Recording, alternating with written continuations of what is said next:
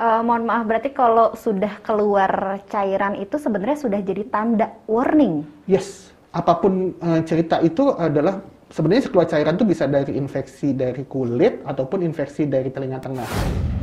Orang akan terlihat ketika dia tidak bisa jalan dengan misalnya kakinya nggak ada gitu misalnya. Tapi orang tidak bisa mendengar, itu nggak kelihatan beda dengan orang normal.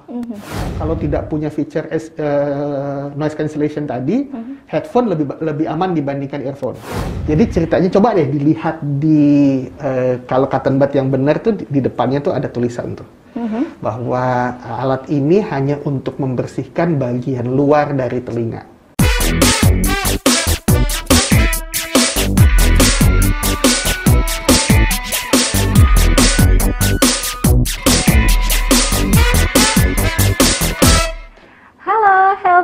Kita kembali hadir, ini adalah Kementerian Kesehatan Podcast. Ini kembali hadir di hadapan Anda semua bersama saya Andini Putri. Mungkin kamu gitu ya, Healthies, banyak yang bertanya-tanya, wah kayaknya hostnya sebelumnya bukan yang ini deh. Kenalin, saya sekarang Andini akan memandu podcast di episode kelima. Udah episode kelima aja, saya kaget loh pas baca.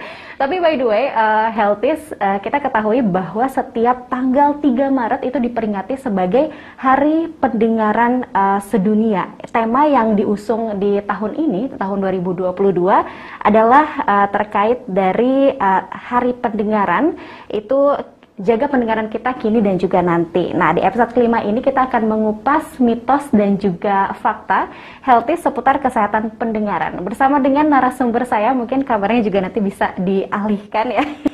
Ada Dr. Fikri Mirza Putranto, SPTHTKL Konsultan, ahli THT Indonesia. Halo, Dokter. Halo, Mbak Dini. Dipanggilnya dokter apa nih? Dokter Fikri boleh? Dokter Fikri, kabar sehat dok? Alhamdulillah sehat. Alhamdulillah sehat. Semoga Healthies juga yang sedang mendengarkan semuanya sehat-sehat, dan kita akan menyimak informasi-informasi yang akan dihadirkan pada kesempatan kali ini. Dan mungkin sebagai awalan, Dokter Fikri, banyak yang bilang hambatan atau keterlambatan bicara pada anak-anak balita itu biasanya faktor penyebabnya dari gangguan pendengaran. Mungkin boleh sharing sama Healthies semua kaitan dari cara bicara dan juga mendengar itu sebenarnya seperti apa? Silakan dok. Oke, jadi itu benar banget. Jadi kalau kita lihat pada suatu penelitian menyatakan bahwa 25% dari keterlambatan bicara itu disebabkan gangguan pendengaran. Nah, seorang bayi itu bisa lahir dengan gangguan pendengaran itu 1 dari 1000 kelahiran. Apalagi di negara berkembang itu banyak orang tua yang memang tidak terimunisasi terutama rubella ya dengan baik. Jadi WHO itu menyatakan bahwa 60% kasus bayi lahir dengan gangguan pendengaran, dengan ketulian, itu disebabkan antara lain adalah karena infeksi pada saat kehamilan. Nah, dan sebenarnya ini bisa dicegah dengan program imunisasi rubella pada ibu yang akan merencanakan untuk hamil ya. Gitu. Nah, kenapa kok bisa gangguan pendengaran berhubungan dengan keterlambatan bicara? Jadi sebenarnya seorang manusia itu dia bicara niru. Itu makanya kalau bayi lahir di Jerman dia pinter bahasa Jerman ya gitu ya. Beda maksudnya seperti itu, karena dia sebenarnya niru apa yang ada di lingkungannya. Dan untuk niru dia harus punya kemampuan mendengar yang sangat bagus, sehingga yang namanya proses pembelajaran pendengaran itu bukan kayak kita mesti attention, tapi sebenarnya overheard, dan itu harusnya kemampuan mendengarnya sangat-sangat baik gitu loh. Nah, kalau dia nggak bisa dengar, apalagi gangguan pendengarannya berat, tentu nggak ada bunyi lingkungan yang bisa dia tiru untuk menjadi bahasa di kemudian hari. Nah, itu kenapa biasanya anak-anak yang terlambat bicara itu biasanya pasti yang pertama kali dicari dulu apakah dia ada gangguan pendengaran atau enggak. Oke, baik. Ini menarik ya. Tapi sebelum itu kita sudah punya 2 gimmick ini di sini ya. Ada thumbs up sama thumbs down. Atau kita mau main fakta atau mitos seperti tema kita hari ini. Pertanyaannya, mitos atau fakta, Dokter Fikri, bahwa anak laki-laki katanya itu lebih lambat bicara daripada anak perempuan. Boleh diangkat, dikasih lihat ke kamera. Tentong. Mitos ya? Mitos dong. Karena sebenarnya kemampuan berkomunikasi itu sama, laki-laki dan perempuan itu sama gitu loh. Dan mohon maaf, itu juga yang menyebabkan terlambatnya orang tua bawa anak ke dokter untuk ketika mau dilakukan diagnosis keterlambatan bicara. Karena biasanya mereka mikirnya begitu tuh. Oh, anak laki ntar dulu deh, jalan dulu baru ngomong. Anak perempuan ngomong dulu baru jalan. Nah, kita pernah bikin tuh satu survei di salah satu TK SLB di Jakarta. Seorang anak itu, yang mereka yang ada di sana itu dilakukan diagnosis, maksudnya diperiksa ya. Periksa keterlambatan bicaranya itu rata-rata usia 2,5 tahun. Nah, yang repotnya dari umur didiagnosis sampai dilakukan terapi itu bisa beda 6 bulan sampai 3 tahun. Wow. Jadi repot ya gitu, kita bicara tentang tuli kongenital itu adalah salah satu concern kita yang sangat besar di Indonesia gitu, karena kalau sebenarnya kalau misalnya dia didiagnosis dan dilaksanakan secara adekuat yang dini, itu harusnya usia 6 tahun tuh dia bisa sejajar dengan anak normal. Tapi karena dia diagnosis terlambat, tata laksananya tidak adekuat, kemudian ada denial dan sebagainya, dan banyak lagi faktor yang lain, akhirnya masalah ketulian pada anak ini menjadi salah satu masalah yang cukup besar saat ini gitu di Indonesia gitu. Dan akhirnya outcome-nya adalah orang punya anggapan bahwa ini nggak bisa diapa-apain. Padahal kalau di luar itu banyak yang bisa dikerjakan dan banyak hasilnya yang sangat baik gitu pada anak-anak yang lahir dengan ketulian. Oke, baik. Ini menarik di statement awal tadi bahwa ternyata banyak orang tua di luar sana yang bilang kalau nggak jalan dulu, mungkin ngomong dulu. Tapi sebetulnya memang baiknya seperti apa, atau setiap anak ya beda-beda? Sebenarnya kita bisa lakukan, ada yang kita sudah mengembangkan namanya kuesioner untuk mendeteksi sebenarnya apakah tumbuh kembang pendengaran dan bicara seorang anak itu normal atau tidak. Dan kuesioner ini sebenarnya bisa diisi sama orang tua. Nanti kayak kalau misalnya mungkin kita tahu ada tinggi badan, berat badan berdasarkan usia, itu juga bisa tuh, nanti ada grafiknya. Even sebelum si anak ini ngomong.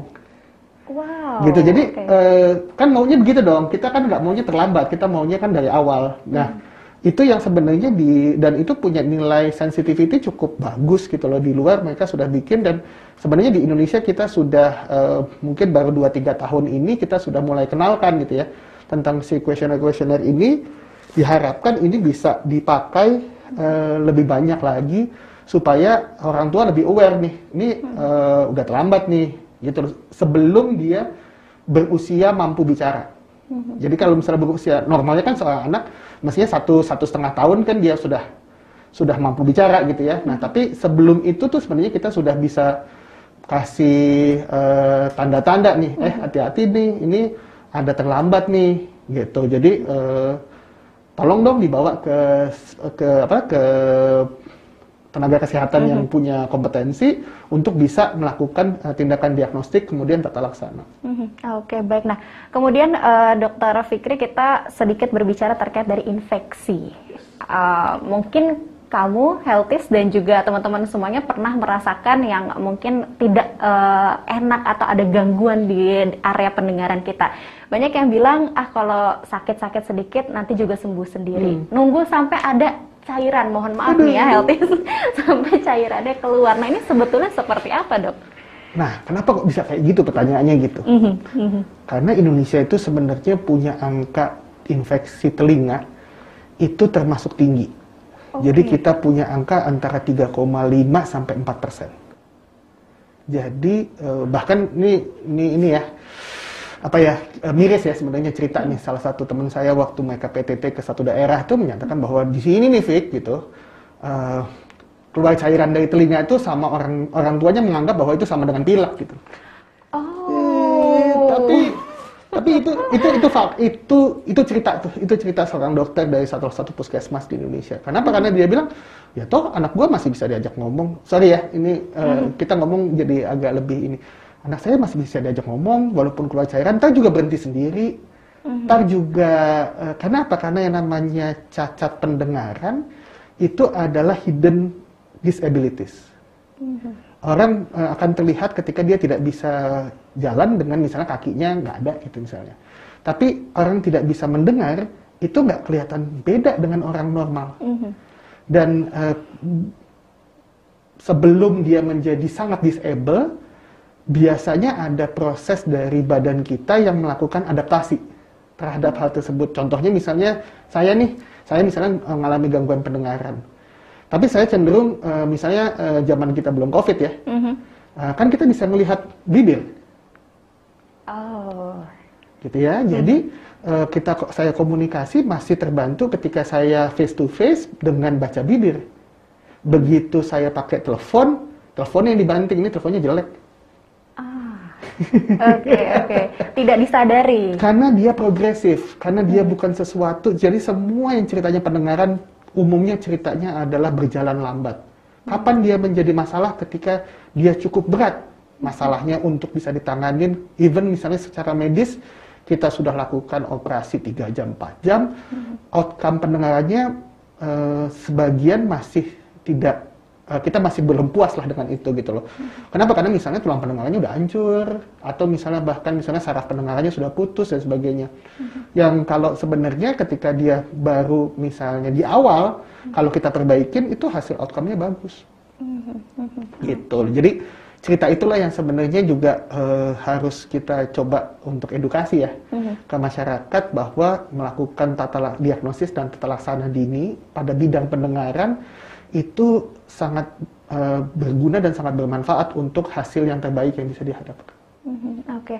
Mohon maaf, berarti kalau sudah keluar cairan itu sebenarnya sudah jadi tanda warning? Yes, apapun cerita itu adalah sebenarnya keluar cairan itu bisa dari infeksi dari kulit ataupun infeksi dari telinga tengah.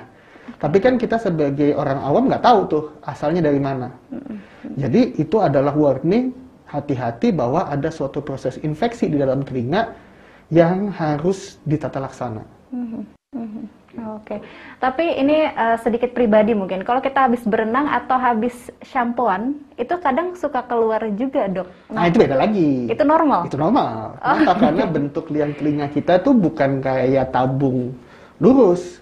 Dia ada melengkung sedikit. Nah, kalau ada air masuk ke dalam, itu dia biasanya kadang-kadang ada yang ketinggalan tuh dikit di bagian dalamnya, sehingga kalau misalnya kita miringin dikit, nah itu si airnya ikutan keluar, misalnya kayak gitu ya. Nah itu sih aman, nggak ada masalah. Yang jadi masalah adalah yang tadi tuh, misalnya disertai gatal, disertai gangguan pendengaran, disertai nyeri. Tentu itu tanda bahaya bahwa itu adalah suatu warning dari badan kita, ini ada sesuatu yang bahaya nih terhadap kamu. Jangan sampai ditunggu berdarah gitu loh. Gitu. Tapi ada yang kasusnya begitu, dan di Jakarta gitu loh. Saya maksudnya membayangkan kalau misalnya di perifer mungkin akan lebih banyak lagi kasusnya seperti tadi. Oke, baik. Nah, kemudian kita berbicara terkait dari cara membersihkan telinga. Sekarang ada cotton bud, bahkan cotton bud juga bentuknya sekarang macam-macam ya, Dok. Ada yang agak bergerigi, ada yang kadang batangnya letoy gitu ya. Itu kreatif sekali yang bikin cotton bud itu. Nah, tapi sebetulnya nih dari pandangan medis, jadi dokter sebagai ahlinya, sebetulnya membersihkan yang betul itu seperti apa? Jadi ceritanya coba deh dilihat di kalau cotton bud yang benar tuh di depannya tuh ada tulisan tuh. Bahwa alat ini hanya untuk membersihkan bagian luar dari telinga. Jadi hanya bagian lubang sampai ke daun telinga. That's it. Bukan buat dikorek-korek terus masuk ke dalam, tuh bukan gitu. Kenapa? Satu, tindakan tersebut, bentuk liang telinga kita tuh variasi. Tadi saya bilang bukan lurus. Jadi bentuknya itu agak dari lubang itu dia agak berbelok ke arah depan sedikit gitu ya. Kadang-kadang naik, kadang-kadang turun. Kalau misalnya kita ngorek, kita nggak tahu tuh arah tuh kemana. Akibatnya kotoran yang telinga yang dikorek itu sebagian biasanya lebih masuk dibandingkan yang keluar. Satu.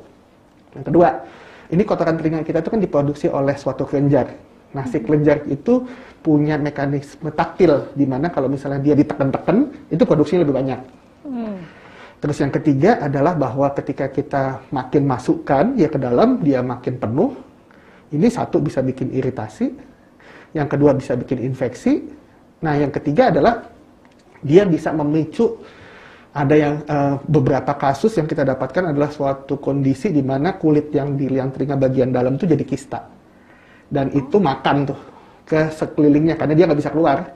Jadi dia makan ke tulang di sekitarnya. Nah, itu yang ketiga tadi yang paling nggak enak banget tuh ceritanya gitu loh. Dan itu cukup banyak. Maksudnya kita banyak bisa ketemukan mungkin karena saya dokter THT ya, tapi kita ketemukan gitu loh di Indonesia juga cukup ada gitu loh hal-hal yang seperti itu. Dan kan sedih amat ya, cuman gara-gara kotoran telinga kemudian dia seperti itu. Yang terakhir, kalau sebenarnya sudah ada bolong di gendang telinga, maka tindakan mengorek telinga tadi itu memindahkan kuman dari luar ke dalam. Oke. Kan bolong. Gendang telinga itu kan kayak semacam dinding ya, pemisah antara liang telinga sama telinga tengah.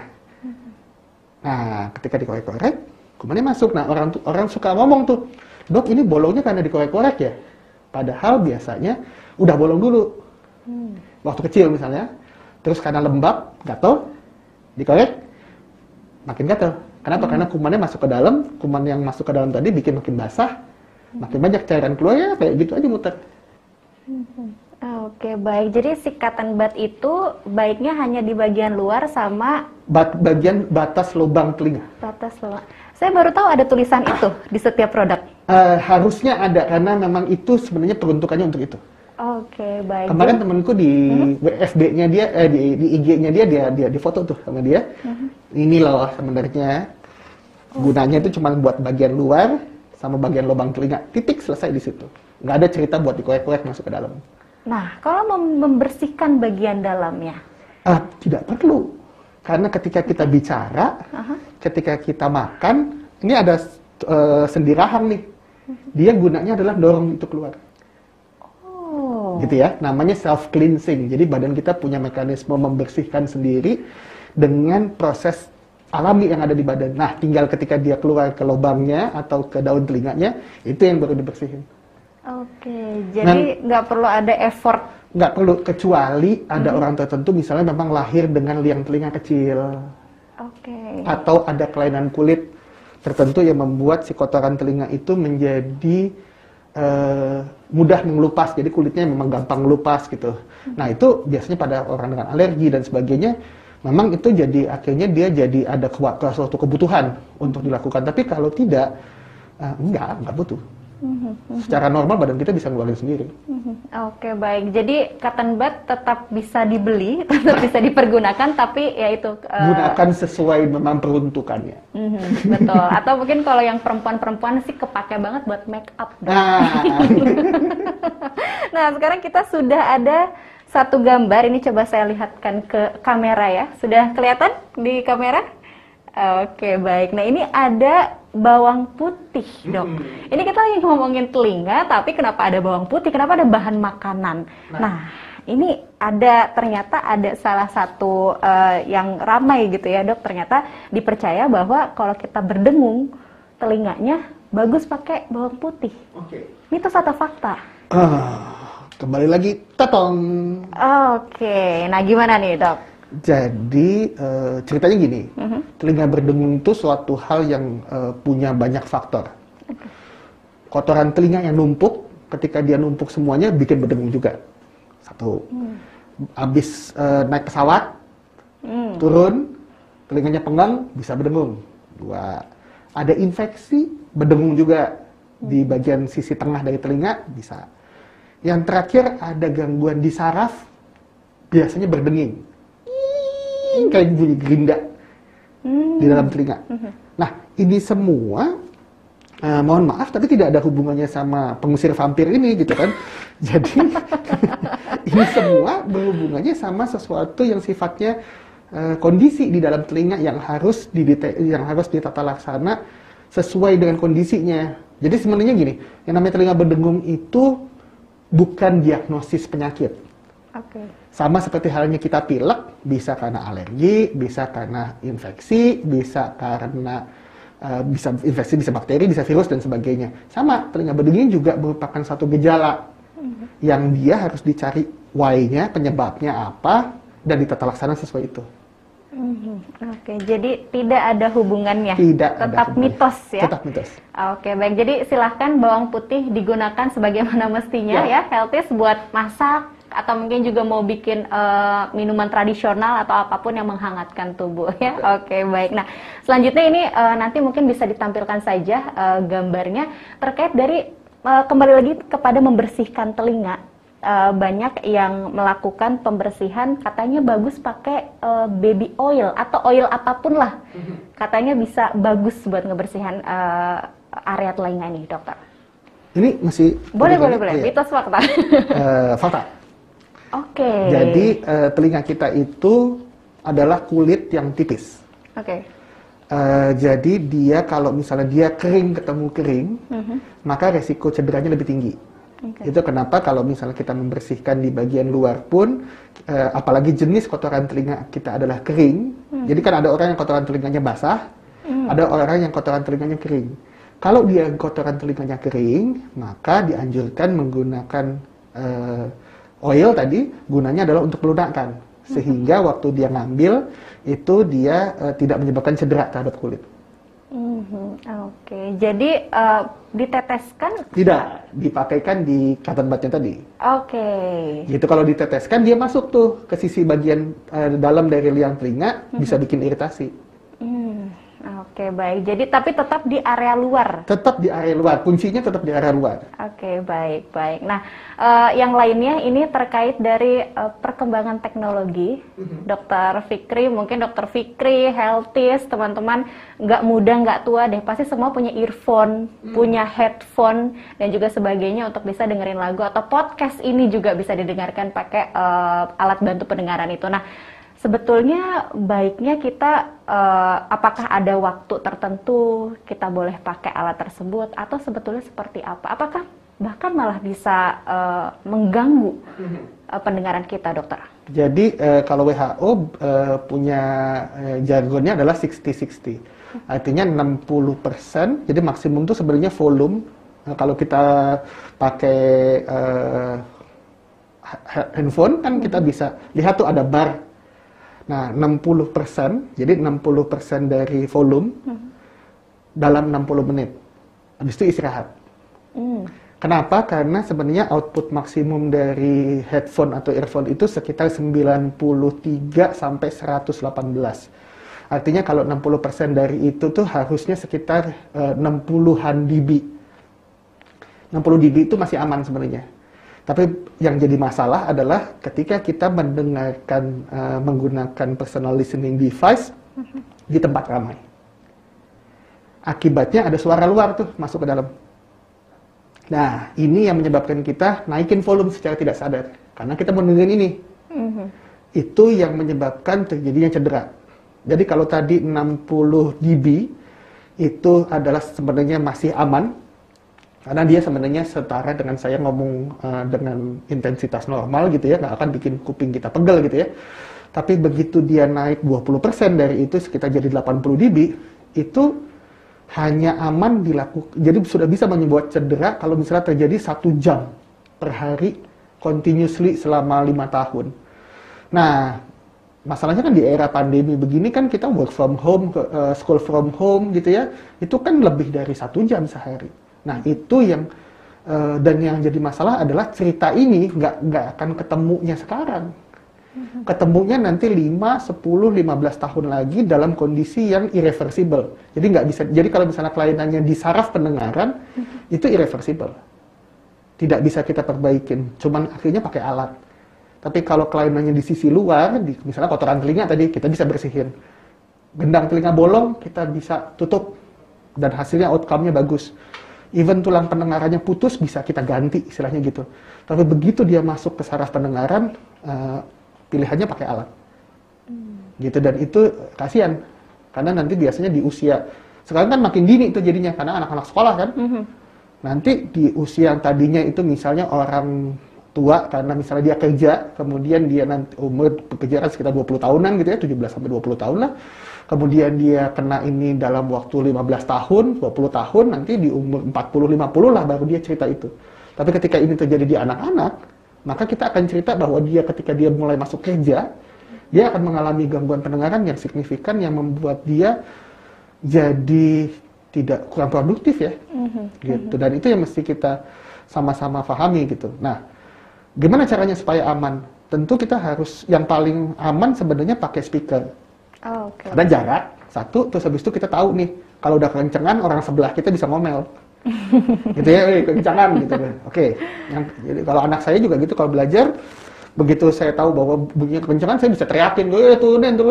Oke. Karena dia pakai speaker dan ada jaraknya. Yang kedua, kalaupun kita mau pakai, terpaksa mesti pakai yang personal, cari ada feature namanya noise cancellation. Itu dia secara feature itu membungkam bising lingkungan supaya telinga kita itu cuma dengar yang mau kita dengar.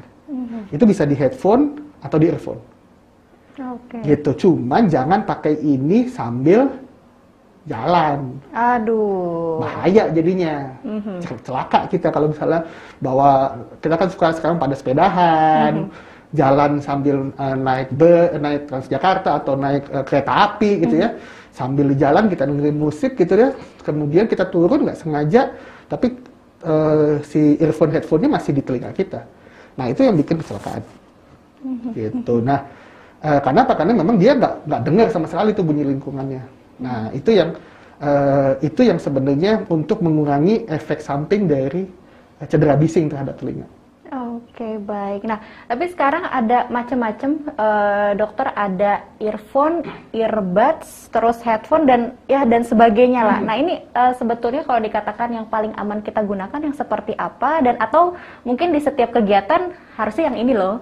Nah, ini seperti apa? Jadi prinsipnya kalau secara kalau tidak punya feature noise cancellation tadi, headphone lebih aman dibandingkan earphone.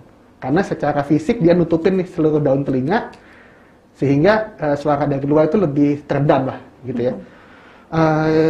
Tapi kalau misalnya kita harus jalan, misalnya sambil sepedahan atau sambil jogging, maka yang dianjurkan justru sebenarnya adalah pakai bone. Jadi model headphone yang namanya bone conduction headphone. Kenapa? Karena dia kita tetap bisa dengar bunyi lingkungan kita. Dan sambil dengar bunyi musiknya. Nah, karena dia beda jalur, yang satu lewat telinga, yang satu ditempelin di tulang, maka kebutuhan untuk naikin suaranya itu lebih kecil dibandingkan kalau kita sama-sama pakai earphone. Jadi misalnya pakai earphone-nya bocor suara lingkungannya, itu kita cenderung naikin 20 dB. Sedangkan kalau misalnya kita pakai bone, itu kita naikinnya cuma sekitar 10 dB, which mean itu setengahnya, artinya risikonya lebih kurang dibandingkan dengan kalau misalnya kita pakai earphone yang tidak punya fungsi noise cancellation. Oke, baik. Bone namanya ya? Ya, bone conduction headphone. Oke, ini nanti mungkin kalau yang bingung bisa ditampilkan, healthy ya, nanti bisa kebayang yang itu mungkin cocok untuk kalau naik sepeda atau mungkin juga lagi jalan tapi di ruang publik gitu ya? Betul. Jadi dia tetap bisa dengar orang panggil, orang ngajak ngobrol gitu, tapi juga sambil dengar musiknya juga. Oke, baik. Ini kita nggak jualan loh, ini kan kita ngomong ilmu nih. Gitu. Kita bilang dokternya dapat komersil. Enggak. Ini ada penelitian ini gitu. Jadi memang benar bahwa itu. Tapi dua-duanya sama.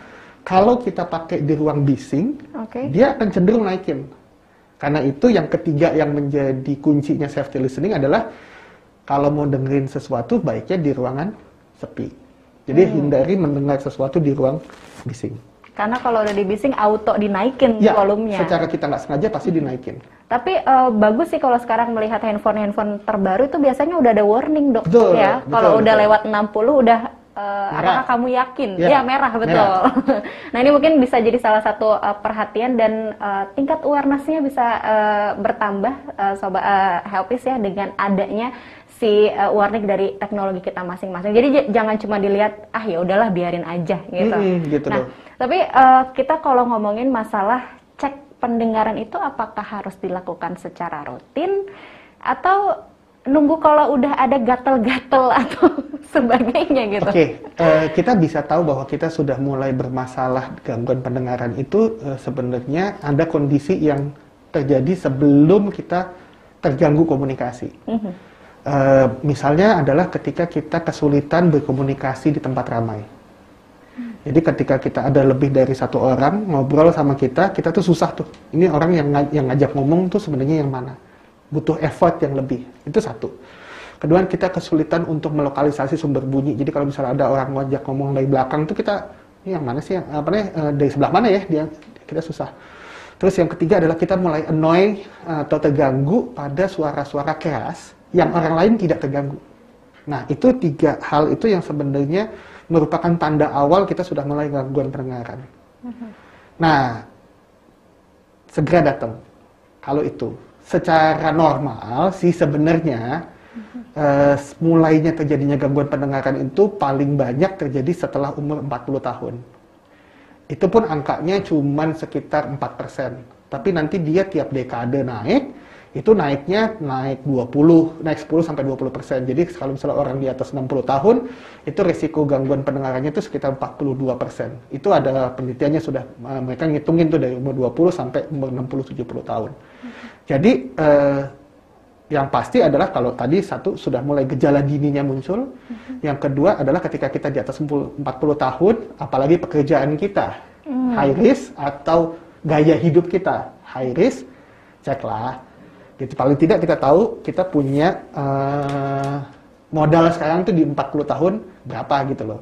Kalau misalnya dia sudah mulai turun, pasti dokternya akan cerita, ayo coba gaya hidupnya misalnya diperbaikin, ayo misalnya dicari gitu loh, sebabnya kenapa kok bisa lebih turun dibandingkan normal pada usia tersebut. Oke, baik. Nah, ini cukup mungkin banyak yang akan tanya juga terkait dari earphone dan alat untuk mendengarkan musik lainnya, itu sebenarnya boleh dipinjem-pinjemin nggak sih, Dok? Jadi, ya itu. Masalahnya adalah kayak semacam headphone, earphone, itu kan masuk ke dalam telinga ya.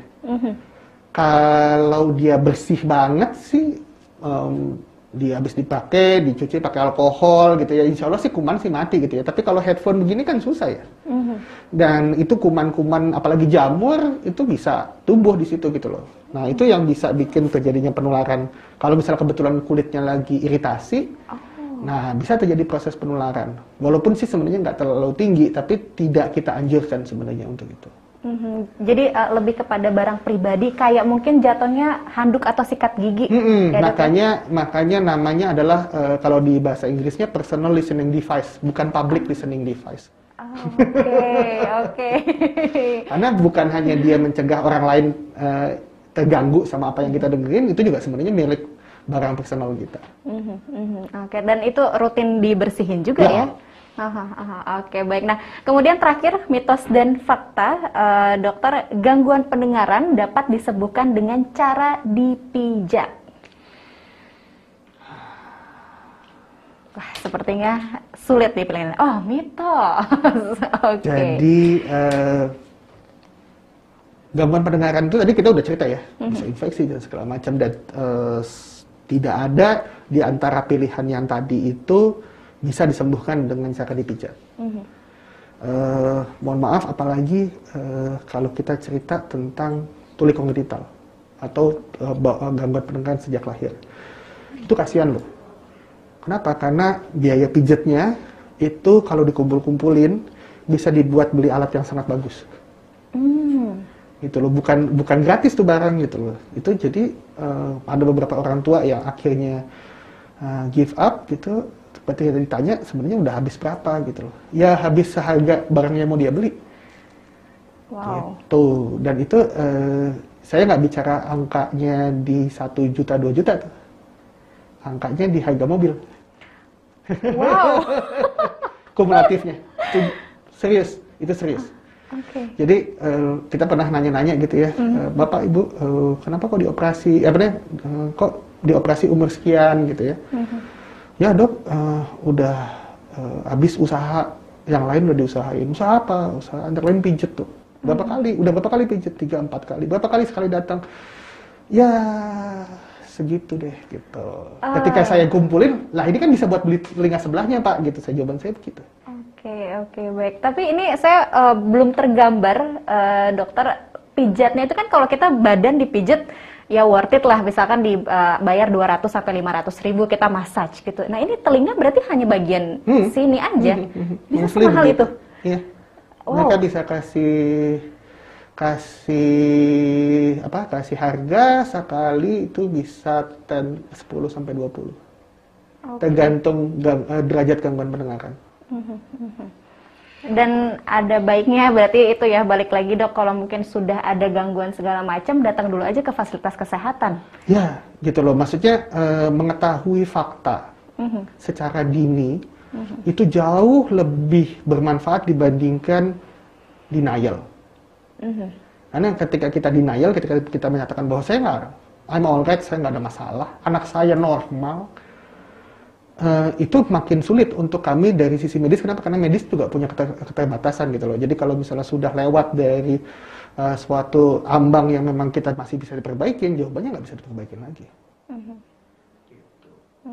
Oke, baik. Ini saya masih melongo sama harganya yang luar biasa ya. Oke, baik. Tapi ini kita tidak terasa, tadi juga saya sudah dipelototin dari jendela sebelah sana, Healthies ya. Sepertinya memang sudah selesai waktu perbincangan. Kayaknya sih memang masih banyak yang mau dibahas, tapi nanti deh di episode berikutnya mungkin boleh sama dokter kita cari tema-tema lainnya. Oke. Untuk menutup, dokter, pesan sehat yang mungkin bisa disampaikan kepada Healthies terkait dari tema hari ini. Silakan dok. Baik. Healthies tahun ini WHO mengajak kita untuk menjaga pendengaran kita. Kenapa? Karena gangguan pendengaran itu adalah sesuatu yang bisa bersifat permanen, dan pendengaran itu adalah investasi untuk masa depan kita. Jadi, dan satu-satu yang bisa kita lakukan adalah melakukan upaya sedini mungkin untuk menjaga dan mengatasi gangguan pendengaran supaya dia masih bisa diperbaiki menjadi kondisi yang optimal. Terima kasih. Oke, baik. Terima kasih sekali lagi buat Dr. Fikri. Mau dong tepuk tangan yang ada di dalam sini. Ini seru banget pembicaraannya di kesempatan kali ini. Healthies, semoga juga bisa bermanfaat. Dan juga untuk Healthies, informasi lebih lanjut bisa kamu dapatkan dari Halo Kemenkes 15567 atau di websitenya di www.sehatnegeriku.kemkes.go.id dan mention ke Twitternya @kemenkesri atau bisa didengarkan juga di radiokesehatan.kemkes.go.id. Dan jangan lupa untuk subscribe ya di YouTube channel kami di Kementerian Kesehatan RI dan nyalakan loncengnya untuk tahu episode selanjutnya, jadi kamu bisa jadi orang yang pertama dengerin podcast selanjutnya. Dan ikuti terus Kemenkes, Kementerian Kesehatan Podcast episode selanjutnya. Salam sehat untuk kita semua. Sekali lagi terima kasih banyak untuk Dr. Fikri.